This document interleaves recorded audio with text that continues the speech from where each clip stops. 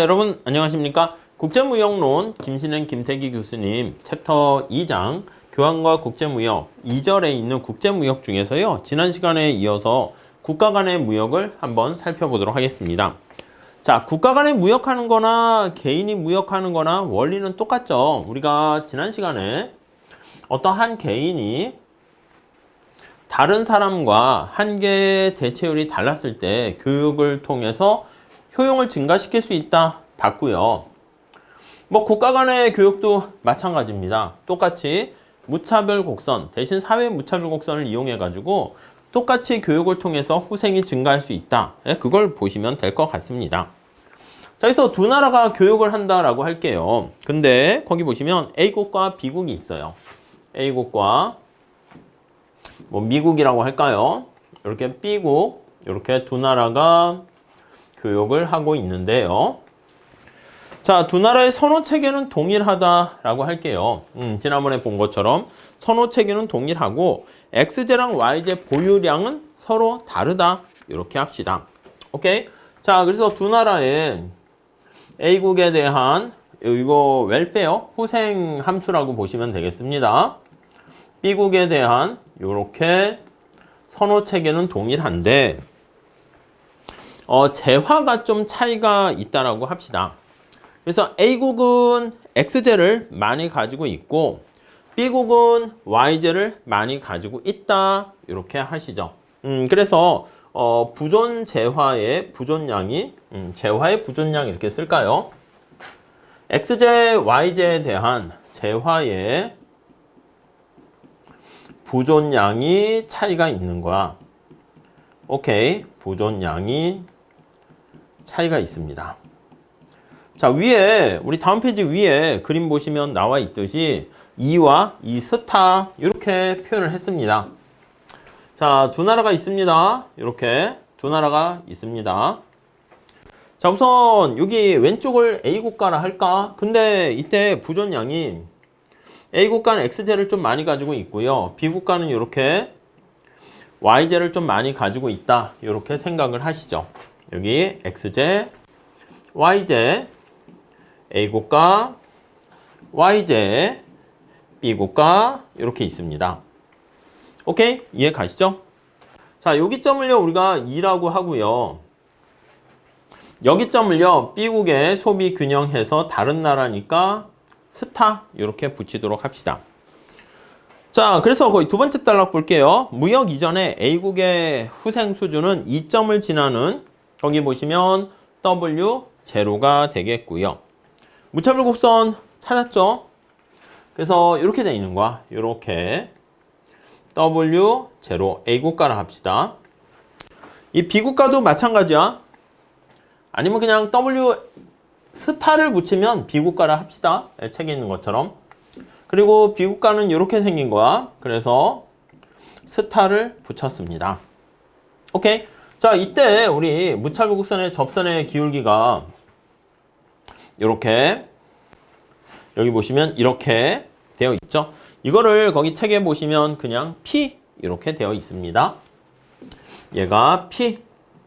두 재화의 상대 가격이야. 얘는 P 스타 이렇게 B국 다른 나라니까 이렇게 데이터 합시다.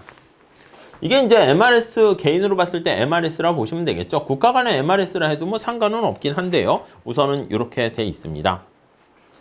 자, 이렇게 돼 있는 상태에서 두 나라의 상대 가격 PY분의 PX 그거를 이렇게 P스타 이렇게 표현을 한 겁니다.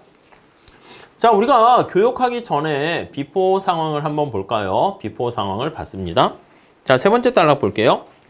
두 국가의 무역 이전의 상대 가격을 비교하면 여기 P가 지금 P스타보다 지금 기울기가 더 작은 거 아니겠습니까? 이렇게 돼 있는 상태야.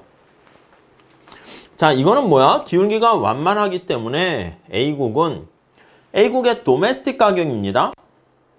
그러면 A국은 XJ 재화의 가격이 훨씬 더 싼 거야. 이해 가시죠? 자, 이게 PY분의 PX니까 XJ라고 생각하시면 되겠습니다. 그래서 A국 입장에서 봤을 때 A국은 그리고 직관적으로 봐도 XJ가 훨씬 많잖아요. A국은 XJ의 가격이 상대적으로, 당연히 상대적으로 B국에 비해서 싸다 이렇게 보시면 되겠습니다. 오케이. 자, 그래서 A국의 XJ 가격이 상대적으로 낮고 YJ는 B국이 낮다 이렇게 되어 있습니다. 자, 그러면 어떤 나라가 XJ를 수출해야 돼? 당연히 A국이 XJ를 수출해야죠. 이해 가시죠? 예, A국이 XJ를 수출해야 된다. 그러면 YJ를 수입하고 B국은 YJ를 수출하고 XJ를 수입한다. 뭐 그 얘기입니다. 자, 다음 단락 볼게요. 국제시장의 가격은요, 지금 여기 살펴본 것처럼 두 나라의 재화의 상대 가격 그 사이에서 결정을 되는 거예요. 그래서 여기다 이렇게 볼까요? 자, 그래서 여기 교역을 한 이후에 애프터. 자, 그러면 이게 A국의 상대 가격, B국의 상대 가격, 국제시장의 가격을 이렇게 할게요. 월드 가격해서 이렇게 W 이렇게 했습니다. 오케이? 그게 이제 국제시장에서 결정된 가격이고 그게 바로 교역 조건이 된다. 이렇게 보시면 되겠습니다. 자, 그래서 새로 형성된 이 국제시장의 가격을 보고 국제시장보다 훨씬 더 이게 A국이야. 훨씬 더 싸게 생산할 수 있으니까 A국은 이렇게 XJ를 수출하고요. B국은 XJ를 더 비싸게 생산하니까 XJ를 수입한다. 요거 보면서 바로 알 수가 있습니다. 자, 그래서 요게 거기 보시면 국제시장의 가격이 요거보다 역시 이렇게 좀 비싸요. 그래서 요거보다 조금 더, 요건 이제 당연히 좀 완만하겠죠. 이렇게 돼 있는 거예요. 기울기 똑같죠. 그래서 월드 가격, 국제시장의 월드 가격. 그럼 선택점이 A국은 E점에서 선택하는 게 아니라 요 F점에서 선택을 하게 되면 이렇게 효용이 증가하는 거지. 그래서 이걸 W1이라 합시다. 이 나라도 마찬가지입니다. 네, 여기 보시면 여기 F 스타라고 할게요. 요 점을 선택하게 되면 이렇게 효용이 더 증가하는 것을 우리가 알 수가 있습니다. 자, 여기서 이렇게 W1 스타 이렇게 보시면 되겠죠. 오케이, 뭐 개인의 우리 교역하는 거랑 똑같습니다. 자, 그래서 마지막 단락에 정리가 되어 있습니다. 국제시장 가격은 무역 이전에 국내 시장 가격의 중간에 위치를 하게 되고요. 그래서 F점과 F스타점을 선택하게 되면은 두 나라가 역시 이렇게 교역을 하게 되는 거죠. 이게 이제 교역과 관련한 비율을 나타낸 무역과 관련한 삼각형 이렇게 그릴 수가 있게 되겠네요. 그래서 이렇게 무역 삼각형을 그릴 수가 있게 되겠습니다. 똑같죠? 네, 같게 보시면 되겠어요. 이렇게 색칠해서 이렇게 수출의 크기랑 수입의 크기가 어떻게 되는가 그거 한번 체크를 해보시면 되겠어요. 얘는 이만큼 가지고 있는 거에서 X를 이만큼 수출하고 Y를 이만큼 수입한다. 이렇게 보시면 되겠죠.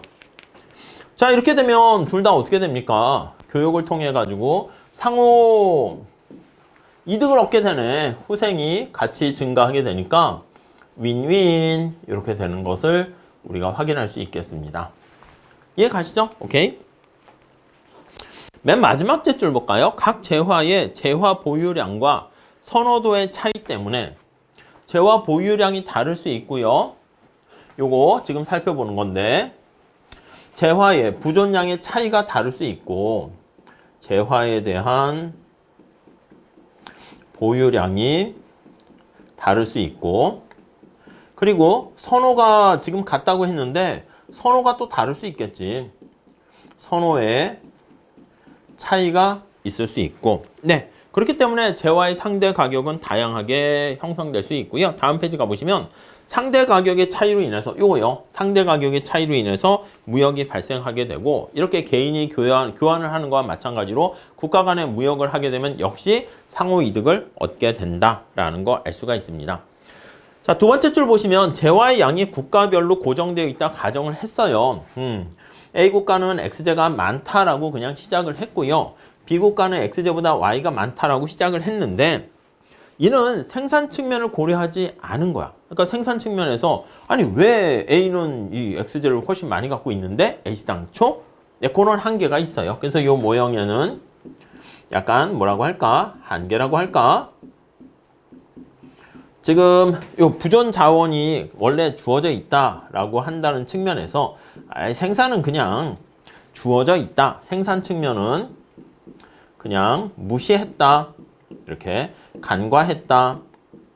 그게 이제 한계가 되긴 하는 거죠. 이미 가지고 있는 걸 가지고 어떻게 교환하는가 거기서만 봤다는 것이고요. 근데 앞으로 리카르도 모형이나 헥쇼오린 모형 이런 것들은 재화의 생산이 변함없음을 상정하고 무역의 원인을 생산 측면에서 앞으로 또 얘기를 할 겁니다. 오케이, 이 정도 보시면 되겠습니다. 자, 그래서 이번 시간에는 국가 간의 개인의 어떤 교환을 통해서 얻게 되는 윈윈 상호 이득을 국가 간의 교환으로 바꿨을 뿐이고요. 별거 없습니다. 그리고 개인의 효용 함수를 국가 간의 사회 후생 함수로 바꿨을 뿐이고 사회 무차별 곡선을 활용했다. 이렇게 보시면 되겠네요. 자, 이렇게 정리하시고요. 다음 시간에 우리 4절 동태적 무역의 이익 살펴보도록 할게요. 감사합니다.